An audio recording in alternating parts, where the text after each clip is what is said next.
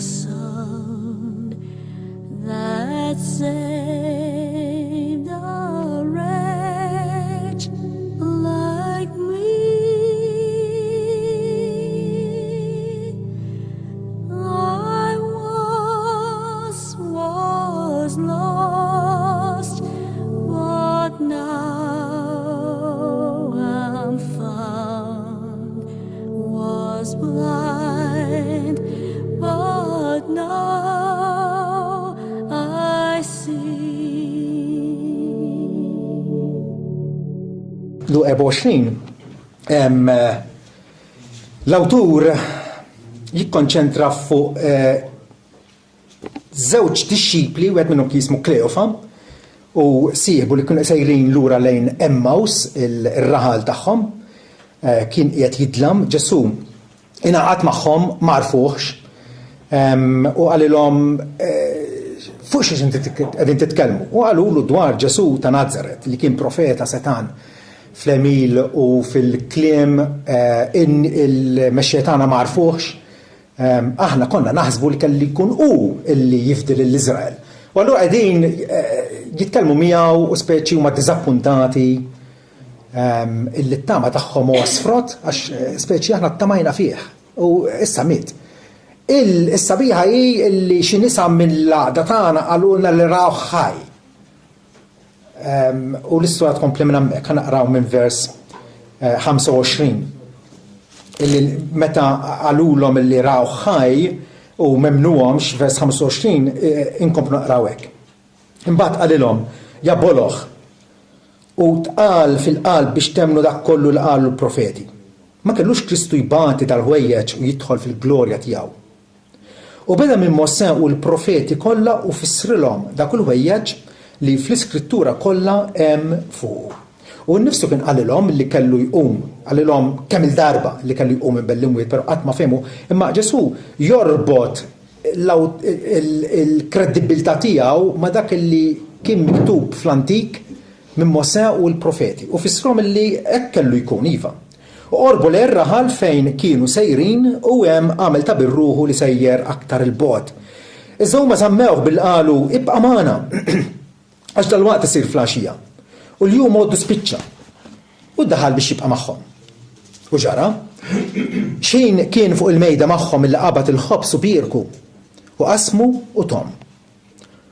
U nfetħu għajnejhom u għarfuh u hu qab minn quddiem għajnejhom.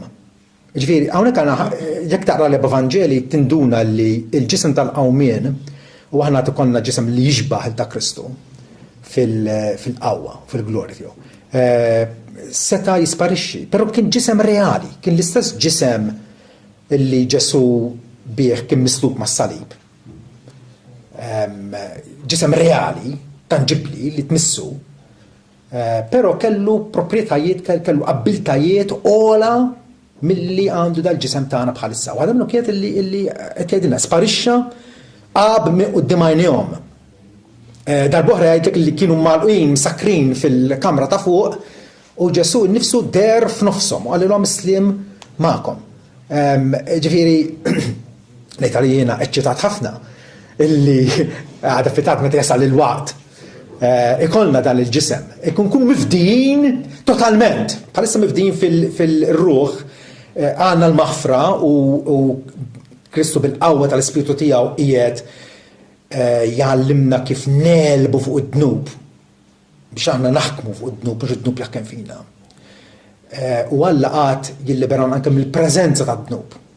Imma aktar minn hekk, is-salvazzjoni li Kristu għalana hija salvazzjoni sħiħa tal-ruħ u tal-ġisem. Għax Alla ħalaq il-bniedem ruħ illi tagħmmar f'ġisem. Allura din hija t-tama tagħna mhux vera. Vers 32. U qalu wieħed li ma kienx qalbna tixel fina fil-waqt li kien ikellimna fit-triq u jiftħilna jew jispjegalna l-Iskrittura.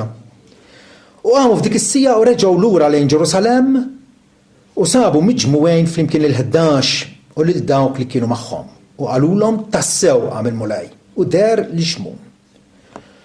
U qalu x'ġara fit-triq u kif kien magħruf minnhom fi qsim il-ħobs. U huma jitkellmu hekk Ġesu nnifsu waqaf nofshom u qalilhom Islim magħkom. Imma huma kienu imwerwrin u mbeżżajn u ħasbu li kienu raw spirtu, ħasbu li kien fantażma. U qalilhom għaliex intom imħawdin? U għaliex iqumu ħsibijiet f'qalbkom? Araw idejja u rġilejja. Kif jiena jien innifsi, missuni waraw. Għax spirtu ma għandux l-laħam u lanqas Adam bħalma taraw li għandi jien. Ġesu jagħtihom prova esperjenzjali immissuh u jaraw, jiċċekkjaw. Għax dawn l-apostli kienu fl-aħħar mill-aħħar in-nies li kienu se jwasslu dal-messaġġ trement lid-dinja. Ma setgħux ikunu dubjużi, kienu qed jaraw xi illużjoni jew xi fantażma, u allura Ġesu jagħtihom dal-provi infallibbli biex huma jkunu assigurati ħalli ixandru bla ebda eżitazzjoni lil kulħadd. U meta tkellem hekk urrihom id-dejħ u rġilejh. U billi kienu għadhom ma jemnux bil-ferħ u jistaġbu. U bir-raġun, ma narawx nies iqumu mill-mewt aħna. Dan huwa każ mhux biss eċċezzjonali ma każ uniku fejn għandna lil Ġesu bin Alla, iddikjarat bin Alla bis-seta, illi qiegħed fuq l-istess pjaneta tagħna fostna, però qiegħed f'ġisem illi suppost jappartini għall-eternità. Però qiegħed magħna fi żmien. U allura bil-forsi staġbu. U allura Ġesu qalilhom għandkom hawn xi ħaġa tal-ikel. U taħu biċċa ħuta mixwija u xeda għasel. Ħadhom u kiel qudiemhom. Għal darba prova li qed jarawh jiekol. Qed jarawh jiekol. Huwa bniedem ta' vera. U qalilhom dawn huma l-kelmiet li jettilkom meta kont għadni magħkom. Illi jeħtieġ li jseħħu l-ħwejjeġ kollha li nkitbu fil-liġi ta' Mosè u fil-profeti u fis-salmi fuqi. Għandek Ġesu qed jgħidilna li s-suġġett prinċipali tal-Testament il-Qadim huwa hu nnifsu. Hu nnifsu. L-awturi kollha b'mod inġenerali ħabbru il-jiem ta' Ġesu l-Messija. Imbagħad fetħilhom moħħhom biex jifhmu l-Iskrittura u qalilhom hekk miktub u hekk kien jeħtieġ li Kristu ibati u li jqum mill-imwiet fit-tielet jum. U li l-indiema u l-maħfra ta' dnubiet tixxandar f'ismu fost il-ġnus kollha ibda minn Ġerusalemm. U intom xut ta' dawn il-ħwejjeġ. Wara jinnibat il-weda ta' missieri fuqkom, referenza għall-Ispiritu Santu kif infatti mbagħad ġara f'Pentekoste. Mintom ibqgħu fil-belt ta' Ġerusalem sakemm titlibsu bil-qawwa mill-għoli. U ħadhom barra saħdejn Betanja u refa' idejh u berikom. U ġara u jberikom illi infiret minnhom u rtefa' fis-sema. Huma imuh u reġgħu lejn Ġerusalem b'ferħ kbir u kienu dejjem fit-tempju ifaħru u jbierku lill-Alla. Amen. Is-suġġett tal-lum huwa xi aspetti tal-qrubija ta' Kristu. Dil-kelma ħan intaqgħu magħha spiss tfisser rabta mill-viċin. Meta wieħed ikun viċin tiegħek f'relazzjoni.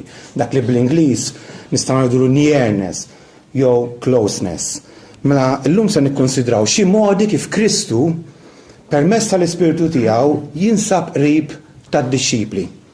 U allura kif bil-fidi aħna illum nistgħu nesperjenzaw u ngawdu dil-preżenza tiegħu fil-ġranet u fil-ħajja tagħna ta' kuljum.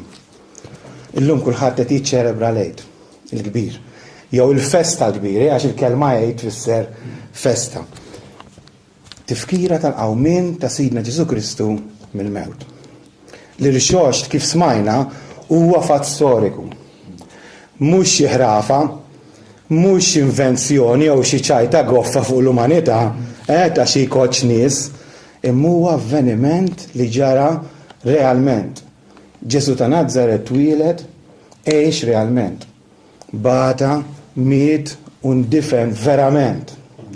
U vera qam minn bejn l-ummiet. U għandna xhieda kif rajna ta' nies bħalna. Xhieda ta' min joqgħod fuqha.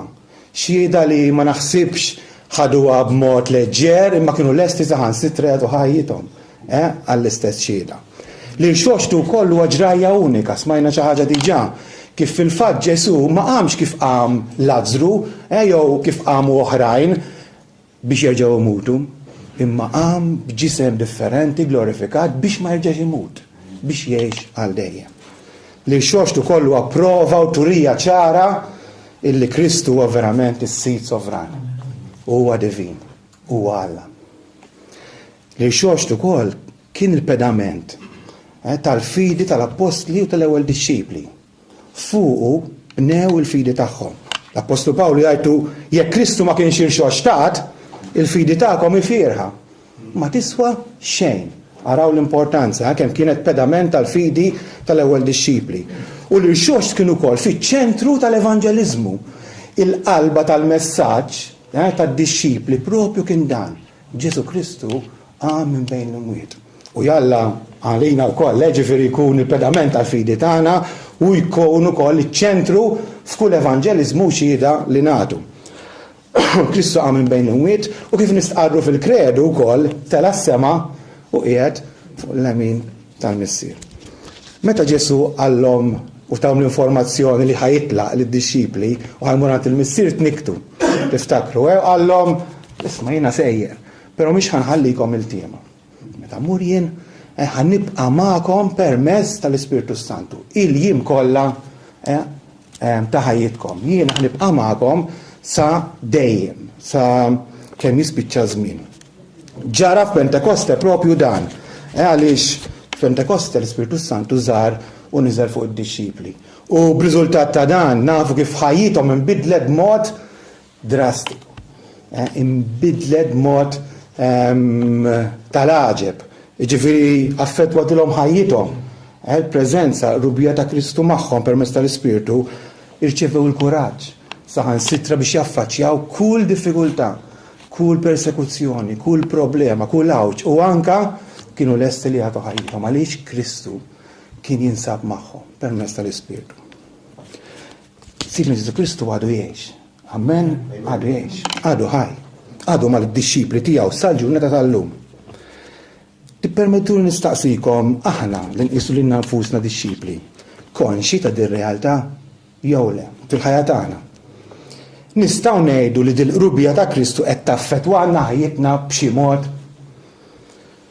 Qegħdin esperjenzawha u ngawduha ġurnata b'ġurnata. U x'differenza qed tagħmel jekk qed tagħmel fil-ħajja tagħna, fil-mod li ngħixu.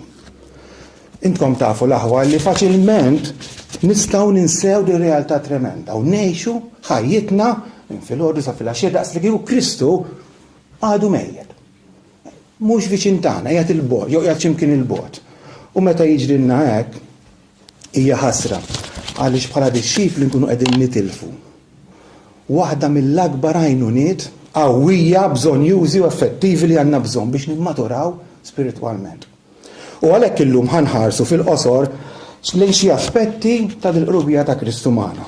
B'hekk nittama illi nibdew narfu aktar, napprezzaw aktar fil-ħajja tagħna, dil-preżenza ta' Kristu nispera li nibdew aktar niġu konxi tagħha b'tali mod li taffettwana l-ħajja ta' kuljum tagħna b'mod pożittiv, b'mod sostanzjali.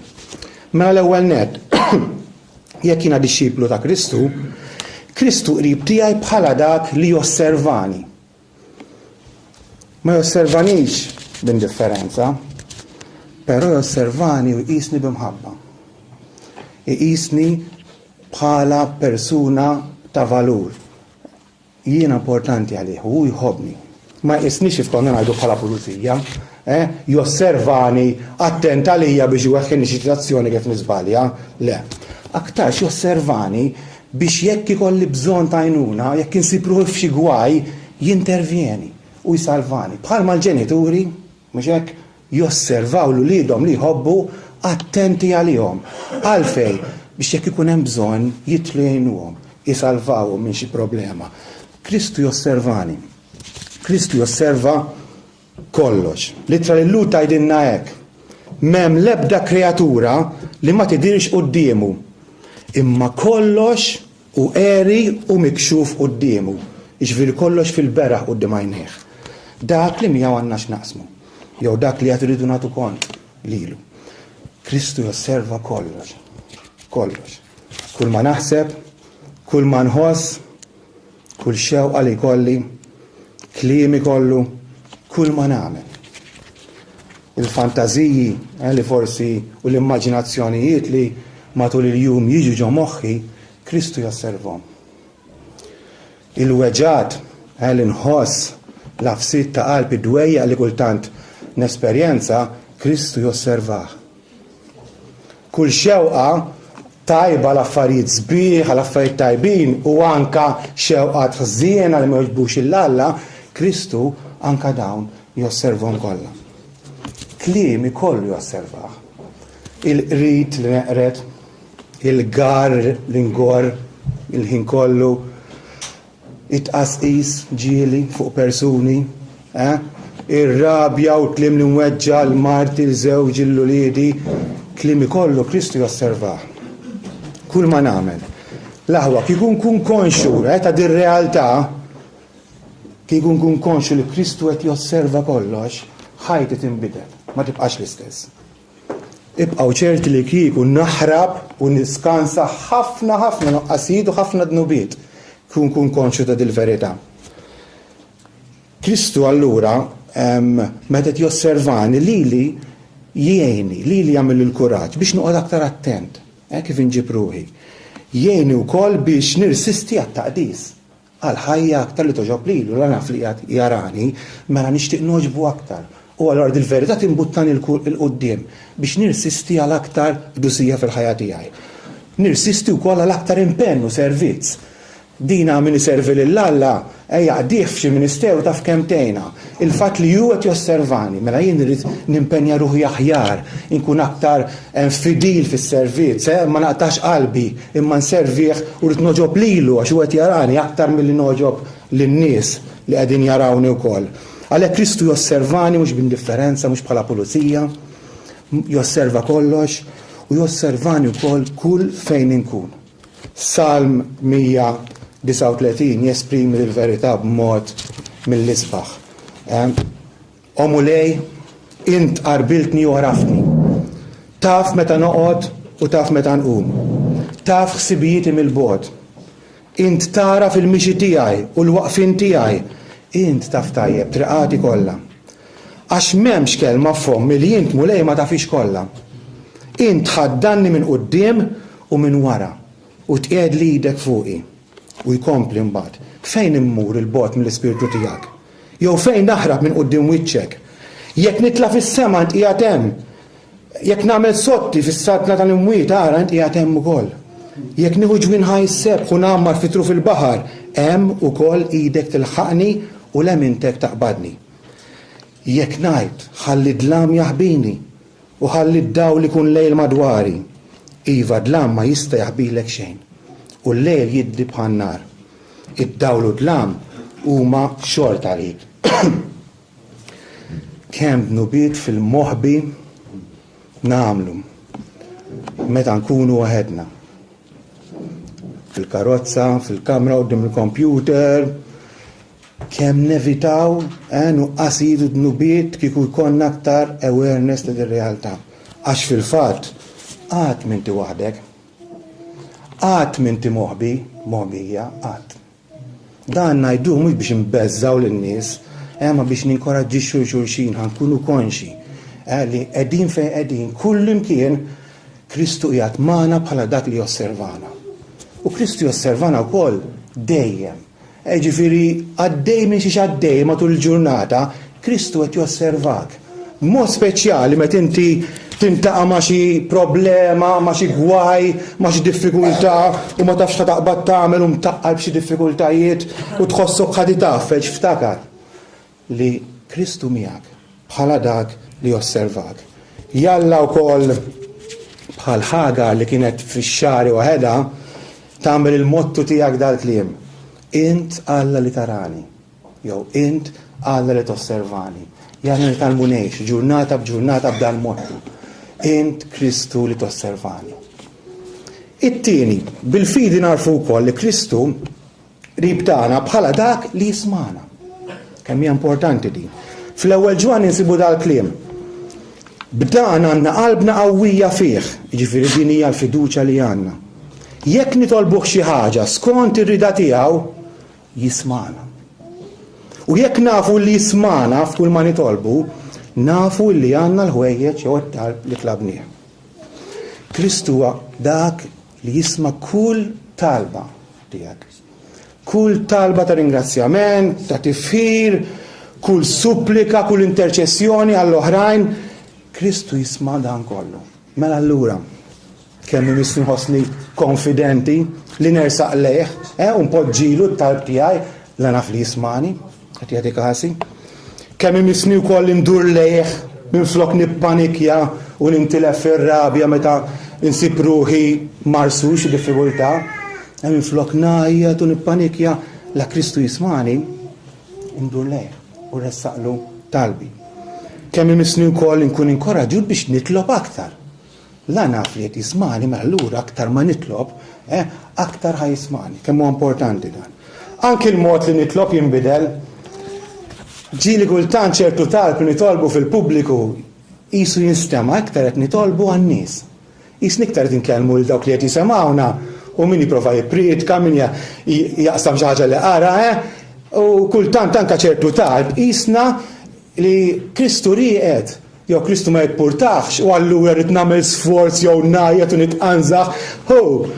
Donnu talb tagħna kultant ikun dat tip u da juri li maħniex konxi li Kristu jismana għax kieku nitolbu mod differenti. Kristu jisma' t-talb kollu tiegħek. Kristu wkoll viċin tiegħek bħala dak li jisma' kull tnejjida tal-qalb. Kemm qalbna ġieli titnikker u tinafas u nweġġaw. Dak u kollu ġieħ Kristu viċin tiegħek biex jisema'. Il-ġusti jgħidu u l-mulej jismagħhom u jeħlishom mid-dwejja kollha tagħhom. U kapaċi jirrispondi għad talb meta inti imtaqla. Mod speċjali f'xi emerġenza, f'xi żmien diffiċli. Mela għal daqstant, la Kristu jgħat miegħi, jgħat magħna permezz tal-Ispiritu bħala dak li jismani, ejja murandu l-ewwel. Ejja l-ewwel persuna li niġri f'mument diffiċli jkun hu, mhux min jaf min jew min jaf xiex, ftakru għadin. F'mument diffiċli minflok tippanikja u tiġri għand dak u għand l-oħra. Iġri għand Kristu l-ewwel għax miegħek biex jisemak. Tajjeb nsemmu ħaġa oħra wkoll. Illi tajjeb nkunu konvinti il-bżonn li ngħixu ħajja ubidjenti. Li ngħixu ħajja skont ir-rida tiegħu. Għaliex Alla ma jismax il-midinbin. Fis-sens Ġwanni għalinna dal-kliem semgħu. Aħna nafu li Alla ma jismax il-midinbin. Iżda jekk xi ħadd iqim lil Alla, jiġifieri reverenti lejn Alla, u jagħmel l-rida tiegħu lil dan jisimgħu. Ħajja diżubbidjenti, tgħix kif vettillek tagħmel li trid, tistennix illi ħajkollok dal-privileġġ li Kristu miegħek bħala dak li jisemak. Kemm hu sinifikanti mela l-aħwa illi narfu bil-fidi l-aspett ta' qrubija ta' Kristu, jisma' kull talba. U jekk żewġek ma jismakx, jekk martek mhix qed tisemak, jekk tħossok li ħadd mhu qed jisemak, ftakar li Kristu huwa dak li jisemak. It-tielet aspett ta' qrubija ta' Kristu mad-dixxipli tiegħu bħala dak li jipproteġik. Jassess fuqek, jħossibek. Għandna bżonn protettur jew le, tiċċajta. Id-dixxiplu veru kontinwament assaltat. Kontinwament. Id-dinja kontra tagħna, il-ġisem tagħna stess, ix-xitan kontra tagħna, ġurnata b'ġurnata bħal kull persuna oħra rridu niddiljaw ma' problemi, ma' tfixkil, tentazzjonijiet. Semmuhom ma' ħafna drabi dawn huma ikbar minna. Waħedna nħossuna illi ħajafġuna daw, żgur ħajerbħuna, u żgur li għandna bżonn protettur divin magħna l-ħin kollu. It-tieni Tessalonkini, imma l-mulej u fidil. U iwettaqkom, jissodakom, u jħariskom, jiġifieri jassiskom, jipproteġikom minn kull ħażin. X'konsolazzjoni li ngħix ħajti b'din il-konsapevolezza, din l-awareness. Kristu miegħi bħala dak li jipproteġini. Huwa dak li jipproteġini huwa aktar qawwi minn kulħadd u minn kollox. Mhuwiex protettur bla saħħa, imma huwa protettur qawwi u fuq kollox u fuq kulħadd. Mela allura din tagħmilli l-kuraġġ li ma naqtax qalbi. Din ukoll għandha iżżommni konxu li jien irid inżomm viċin tiegħu. Law b'saħħtu u jindajjef, mela allura aħjar noqgħod qribu. Ħalli jipproteġini, ħalli meta nqala f'xi problema nsibu tajnuna. Ġwanni 17. Meta kont magħhom fid-dinja, ħaristhom f'ismek. Dawk li tajtni ħaristhom ġifieri assisthom, attassis fuqhom, ipproteġejthom, żammejthom sikuri ġifieri u ħadd minnhom ma ntilef. Ħlief bin it-telfin biex isseħħ l-Iskrittura. Issa din il-konfidenza li għandna m'għandix isservi fil-ħajja tagħna biex nitkesħu. Mela allura la Kristu ħajproteġini ħan intafa' ġo n-nar. Xejn minn dan. Dik hija konfidenza vojta żejda li żgur qatt m'għandna ngħixu b'dan il-mod. Imma aktar xi misna tgħallimna kif għadna ninżommu viċin tiegħu. Alla u l-kemm qawwa tagħna għajnuna pronta dejjem f'kull dwejja. Kemm hija sabiħa li nkunu konxi ta' din ir-realtà. Kristu jipproteġina wkoll billi jidderiġi ċ-ċirkostanzi ta' ħajjitna. Ftakru u jaf il-limitazzjoni tagħkom u jaf id-djufijiet tagħkom u ma jħalli xejn, ma jħajpermetti xejn li jafġek, li jkisrek, għax hu juħsibek u jipproteġik. Importanti din. Bil-fidi d-disċiplu jaraf ukoll li Ġesu Kristu jinsab qribu bħala dak li jinterċedi, ġifieri jitlob għalih. Rumani 8. U Kristu Ġesu li miet, jew aħjar li hu reġa' qam, ġifieri li hu x-xorta tal-ħajja, u li qiegħed fuq il-leminija talla u li jidħol ukoll għalina, ġifieri u li qiegħed ukoll jinterċedi. Jiena personalment, forsi bħal xi wħud minnkom nifraħ meta insir naf li xi ħadd qed jitlob għalija.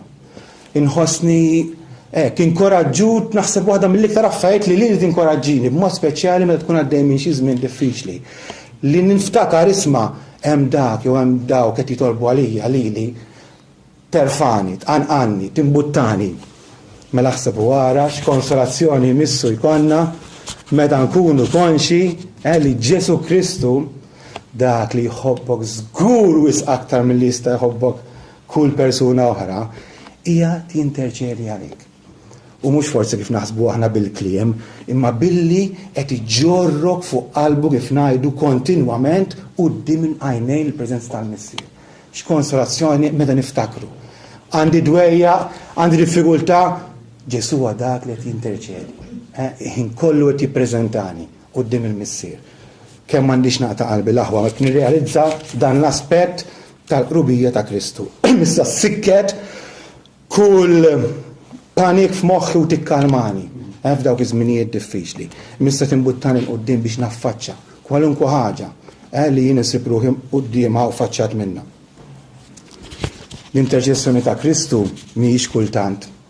Mhijiex regolari iva darba li bħal majja tagħna, imma kostanti. Ftakru għadik, il-ħin kollu. L-interċessjoni tiegħu hija suffiċjenti, hija biżżejjed. Hija perfetta. Hija dejjem effettiva u ħadd tkun ta' suċċess. Mhix ċajta dina.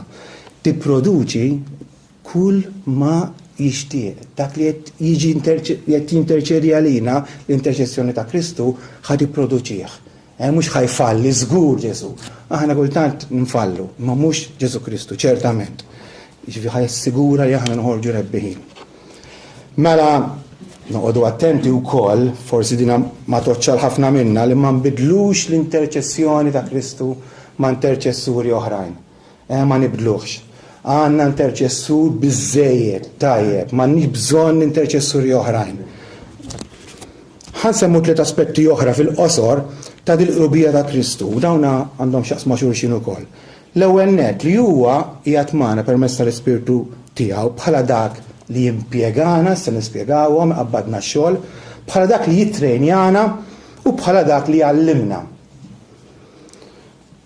Kristu huwa dak li jimpjegana. Isejħinna qabbadna x-xogħol qatt riflettejt fuq dal-aspett ta' Kristu li huwa dak li jħadmek isejjaħlek għax-xogħol. Flatti naqraw dal-kliem. Issa kien hemm fil-Knisja li kienet f'Antjokja xi profeti u għalliema. Huma jagħtu qima lil mulej u jsumu għall-Ispiritu Santu. ifirduli jew separawli il-Barnaba u l-Sawl għax-xogħol jew għall-ministeru li għalih se jaħtilhom. Il-mulej huwa dak li jrid jużak. Il-mulej żgur għandu xi biċċa xogħol għalik. Irid jimpjegak fis-servizz tiegħu u jqabdek isservih. Inti konxju ta' dan jew le konxja ta' dan li l-mulej jixtieq jimpjegak jaqabdek xi biċċa xogħol, tqislek innifsek tali bħala impjegat jew impjegata tal-mulej. Preżentament issa mhux senilu, 7 senilu, tinsab mqabbad impjegat impenjat f'xi servizz jew ministeru jew le. Il-Timotju Pawlu kitiblu hekk. Nirringrazzja Kristu Ġesu Sidna li tani l-għajnuna għax sabni jew konsidrani fidil u qedni fil-ministeru. Jiġifieri appuntani impjegani f'dan is-servizz. Kemm imissni nifraħ, kemm imissni nħossni grat u nirringrazzja lill-Alla minkejja l-limitazzjonijiet tiegħi. Ħadd minna mu perfett, żgur ħadd minna ma laħaq is-sema, moni b'toni ta' barra minn hawn, ma dan kollu Kristu mana u jixtieq jużana u jimpjegana fis-servizz tiegħu u misni nifraħ jiena, u anzi nfittex modi kif naqdih inservih. Kristu huwa wkoll dak li jittrejnjani, dak li jħarriġni, nistgħu ngħidu l-coach. Għadna maħniex perfetti, u xek, taqblu miegħi? Żgur ħadd minna ma jista' jgħid li lħaqna l-perfezzjoni fil-qdusija, żgur. U d-disċiplu veru huwa dejjem konxu li fadallu fejn jirranġa, li dejjem fadallu fejn jitjieb, li mexa kemm mexa nbidel kemm inbidel, fadallu xi nbidel f'ħajja tiegħu ċertament. U allura Kristu huwa qrib tagħna wkoll bħala dak li jitrejnjana. Jixtieq jara niżviluppaw aktar bħal coach normali, huwa li jixtieq jara il-persuna li qed jitrejnja dejjem titjieb, dejjem issir aħjar. Jixtieq jarana wkoll ninbidlu u nsiru aktar Kristjani li noġbu l-Alla, nixbħu lilu fil-karattru, fil-għejxien. Jaf li aħna debboli. U jaf kif l-aħjar isaħħaħna f'dawk l-areas li aħna baduti fihom. U bħala trainer tajjeb juża wkoll diversi metodi biex iħarriġna, biex jitrenjana. Sitwazzjonijiet fil-ħajja li jistgħu jidhru koroħ, kapaċi jużhom biex jitrenjak u biex jisaħħek. Minna ħatana allura, jekk qed ngħidu isma' Kristu biex intana b'dan il-mod, x'imissna nagħmlu? Number 1 naspiraw li dejjem inkunu aħjar. Tara fik dina jiena dejjem nixtieq nkun aħjar. Nirringrazzja l-Alla ta' fejn qiegħed imma ġo fijiem dejjem dik l-aspirazzjoni x-xewqa. Irrid nitjieb, irrid nsir aħjar, irrid nirranġa aktar. Importanti dina. Qatt ma jmissi nintalaq, qatt ma jmissi ngħid wasalt biżżejjed lex dejjem hemm aktar. Irrid nitgħallem nafdaħ u l-metodi li ġieli juża. Kif għattilkom kultant juża metodi strambi fil-ħajja tagħna, bħal coach imma jien irid nkunu obbedjenti u ngħid isma' dina b'xi mod Kristu ħajuża u jiena ħaninbidha ħanissaħħa permezz tagħha. Lut 12 isma'wa l-ebda twiddib jew kull dixxiplina ġifieri ma jidher dak il-ħin ħaġa tal-ferħ imma ta' niket jew tawġieħ. Madankollu wara tipproduċi l-frott ta' slim u tal-ġustizzja lil dawk li jkunu tħarġu bih jew lil dawk li jkunu ġew ittrenjati minnu. Ħafna drabi d-dixxiplina ta' dan il-coach tagħna tidher tawġieħ, però fl-aħħar wara tipproduċi frott għaslim u għal-ġustizzja. U rrid nafdaħ il-mulej f'daw l-affarijiet. Niftakru li kull dixxiplina, kull training tinvolvi effort, vera jew le. Stax tmur training toqgħod bil-qiegħda ċiċċi beqqik komdu, le. Jekk ħad itrenja ħad bagħti ħad tħoss il-muskoli jajju, dak huwa training. Anka fl-affarijiet spiritwali, ma ninsewwiex dina. Hemm bżonn nikkooperaw miegħu, nobdu kull ma jgħidilna. Hemm bżonn ikunu umli, mhux supervi. Ma nistax jien nara li nifhem iktar mill-coach tiegħi. Le, kultant nifhem iktar minn le mhux hekk. Li obdi, kun umli, aċċetta training il-metodi li qed juża għax jixtieqek aħjar. Importanti. Ukoll bħala coach jaf meta għandu jinkoraġġina. U fil-ħajja tagħkom ukoll il-mulej fil-mument li għandek bżonn jaf jinkoraġġik. b'xi barka partikolari billi tgħaddi minn xi esperjenza u jkollok it-talb tiegħek mismuħ, dan huwa it-trainer tajjeb tagħna. Meta għandna bżonn inkoraġġiment, itijunna wkoll. Mela Kristu qrib tiegħek bħala dak li jimpjegani għadna, bħala dak li jitrenjani, huwa wkoll dak il-persuna permezz tal-Ispiritu Santu illi jallimni. Imma l-avukat, jgħidilna Ġesu fi Ġwanni, l-avukat, il-paraklitu, l-Ispiritu Santu li l-missier se jibgħat fismi, xi jagħmel u jallimkom kollox u jfakkarkom kull ma għattilkom jum.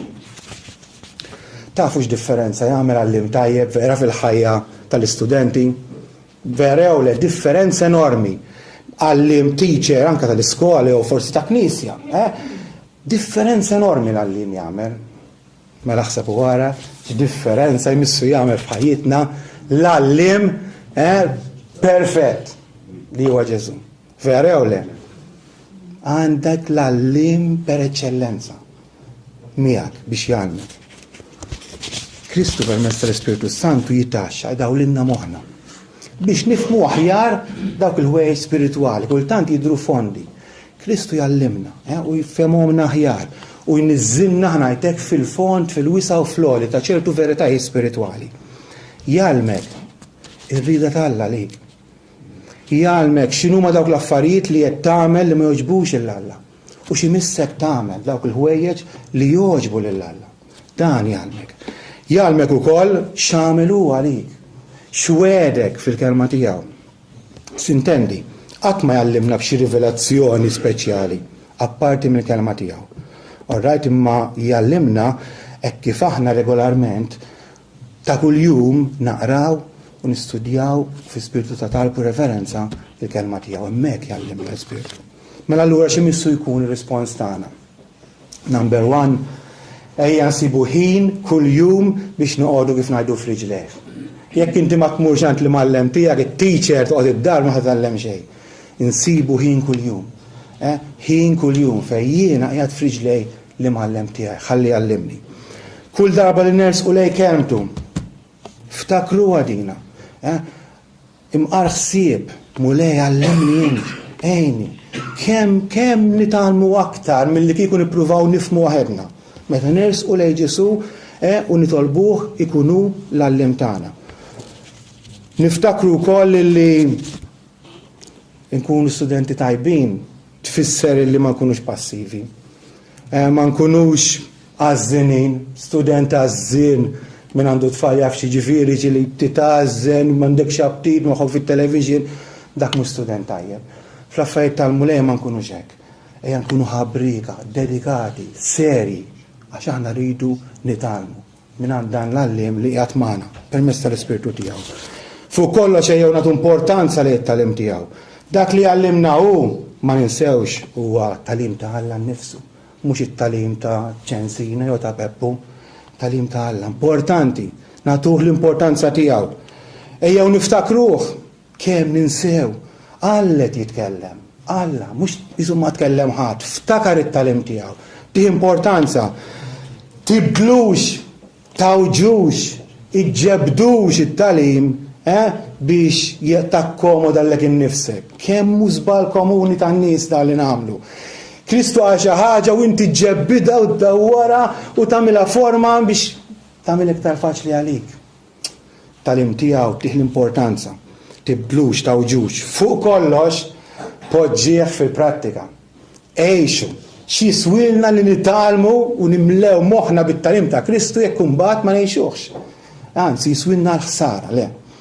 Dak li għallimna ejjew ngħixuh ukoll. Meta nsibu diffikultà, induru leh.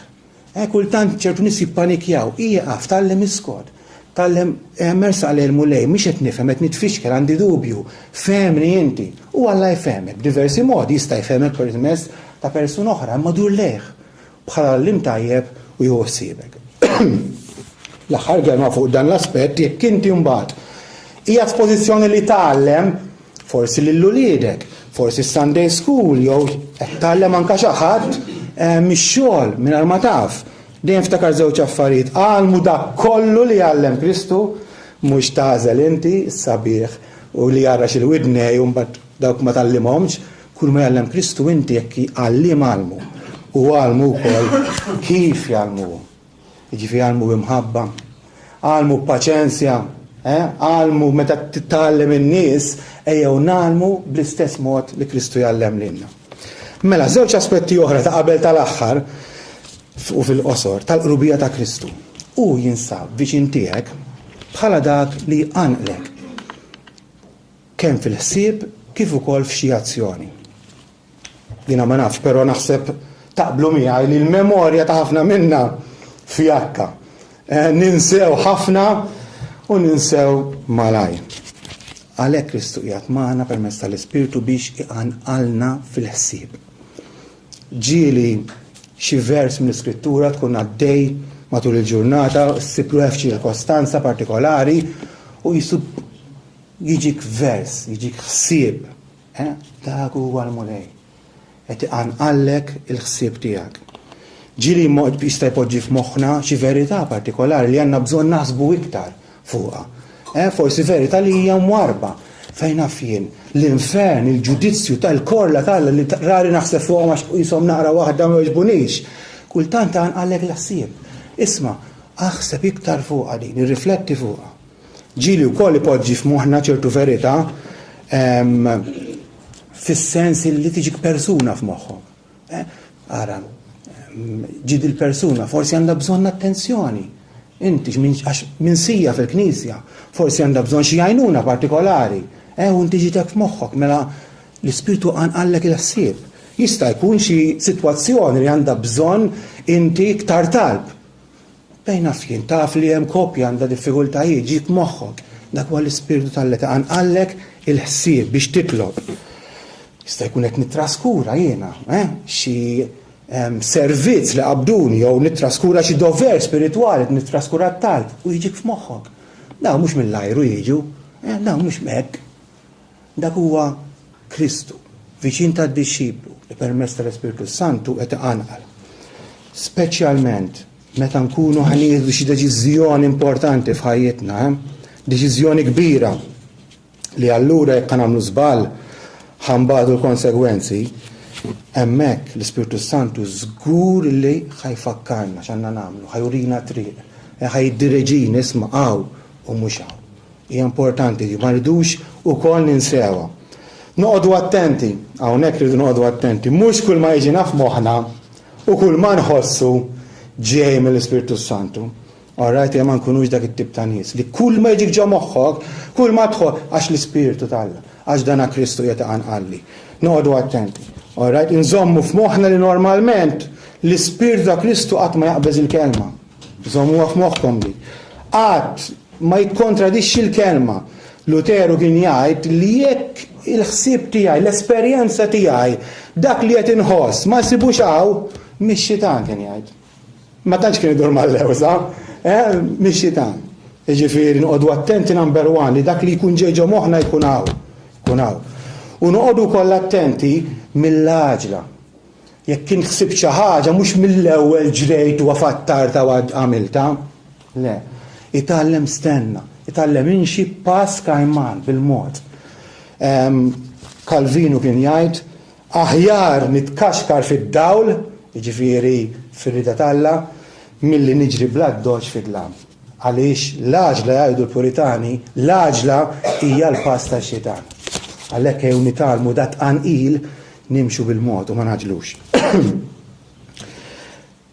Ġesu dak ukoll li permezz tal-Ispirtu jixlini. Diġi li nisma'ha dil-kelma. Speċjalment meta jiena nsib ruħi affaċċat b'tentazzjoni. It-tingiż tal-kuxjenza tiegħi tibda tgħid li isma' tersaqx lem, isma' dan l-emil huwa midneb u żbaljat. L-Ispirtu jixlini, jurini l-gravità ta' dak l-att. Jurini li b'dak l-att jiena ħan offendi lill-Alla. Jurini li m'għandix nidneb ċertu faċilità. Isu xejn mhu xejn. L-aħwa ħudu bis-serjetà ħafna daw it-tixliet tal-Ispirtu. Ħafna ħudhom bis-serjetà. Ikkooperaw magħhom dejjem meta tkun qed tħossok qed toqrob u hemm it-tentazzjoni qed tistidnek għad-nub u l-Ispirtu jixlik tagħmilix Ħad offendi l-Alla, ma toġobx l-Alla, ħuda bis-serjetà. Ikkopera dejjem magħha. Titħlux f'drawa li s-sikkithom li tipprova tifgom jew li tinjorhom. Tagħmlux dan l-iżbal gravi. Dan huwa żbal gravi ħafna. Għaliex jekk tagħmlu hekk, tbagħtu konsegwenzi koroħ. L-Ispiritu x'jagħmel? Jirtira, mhux il-preżenza tiegħu, jirtira l-influenza tiegħu minn fuqek. Tagħmilha darba, darbtej, tlieta, issir drawa li hu jixlik u inti ġdawt minnu u jirtira, jħallik. Immaġinaw kemm hija ħaġa kera, mela mhux qed jisma' dan, jħallik tafreġ waħdu. U l-konsegwenzi ta' dan x'ikun? Nitilfu l-barkit kollha li aħna għandna. Jekk aħna għandna l-komunjoni ma' Kristu, l-ferħ, is-slim, nitilfuhom kollha dawna. L-effettività tat-talb tagħna nitilfuh, l-effettività tax-xhieda tagħna nitilfuh. Tinduna, tiġi qisek bla saħħa. Għaliex?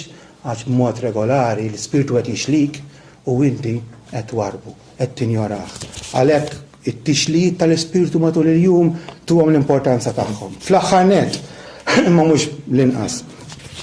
Huwa privileġġ tad-dixxiplu vera ta' Kristu li esperjenza l-rubija tiegħu bħala salvatur li jintervjeni. Jiġifieri bħala dak li jindaħal biex jisalvak. It-tieni Pietru, mela l-mulej jaf kif, jiġifieri mulej kapaċi, jeħles it-tajbin mit-tiġdid. Iva, l-mulej jaf kif kapaċi jeħles, isalva, jintervjeni lit-tajbin mit-tiġdid jom il-provi. Il-Kristjan tiġa jaf u għandu esperjenza ta' Ġesu bħala Salvatur, veru jew le, kieku intix Kristjan, kieku inti l-Ġesu esperjenzajtux xi darba f'ħajtek bħala Salvatur li salvak mill-ħtija, mill-kundanna ta' dnub, mill-korla tal-Alla, minn destin maqtuħ minn Alla fl-infern, kieku ma esperjenzajtux bħala Salvatur m'intix Kristjan. Allura Kristjan iva, tiġa jaf u esperjenza l-Ġesu bħala Salvatur, però kultant nagħmlu dal-iżball. Illi naħsbu li Ġesu kien Salvatur, darba kien Salvatur għalija u madux. Ġesu kien Salvatur u Ġesu irid jibqa' Salvatur. Irid jibqa' jsalvak jekk mhux mid-dnub, mid-diffikultajiet, mid-ċirkostanzi korroħ, mill-problemi li ssibruhek fihom, ġurnata b'ġurnata, tinsewwix dik. Kien Salvatur u għadu Salvatur. Aħna nintaqgħu ma' ħafna problemi fil-ħajja, Ġesu miegħek bħala dak is-Salvatur li jintervjeni. Għalhekk f'mumenti ta' emerġenza ngħidulhom hekk, minflok nippanikjaw, nduru lejh u nkunu nkoraġġuti għax naf li żguru kapaċi isalva it-tajbin mit-tiġdid. L-aħwa, forsi tajna ħarsa naqa' fuq sewwa tal-aspetti tal-qrubija ta' Kristu mad-dixxiplu li huma privileġġi tagħna. Min għadu memminx fi Kristu, min huwa mhux dixxiplu, ma jgawdix dal privileġġi. Hija privileġġ għalina li ngawdu l-Ġesu il-preżenza tiegħu b'dan il-mod. X'differenza jmissa tagħmel f'ħajjitna. Nixtieq nikkonvinċikom x'differenza tagħmel f'ħajjitkom kieku tgħixu b'din l-awareness ta' Kristu bħala dak li qiegħed magħna f'dawn l-aspetti kollha li semmejna. Hija esperjenza verament qawwija li tibdilkom. Jalla kull filgħodu x'intqum fakkarlek innifsek. Kristu huwa ħaj, dak li qed niċċelebraw illum permezz tal-Ispirtu tiegħi huwa viċin tiegħi biex josservani, biex jisma' kull talba u kull karba tiegħi, biex jipproteġini, hija tippreżentani kontinwament quddiem il-missier.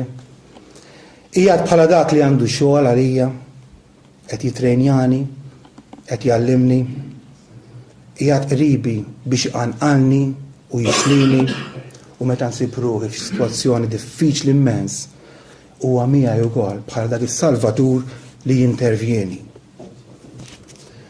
Kelma tal-aħħar, meta nitkellmu dwar il-preżenza ta' Kristu magħna u l-esperjenza ta' dil-qrubija tiegħu spiss nisemgħu frażijiet bħal inħoss il-mulej miegħi, inħoss il-preżenza ta' Ġesu.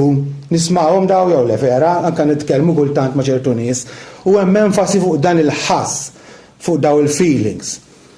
Il-preżenza tal-mulej u l-esperjenza tal-qrubija tiegħu mhix sempliċiment xi feeling,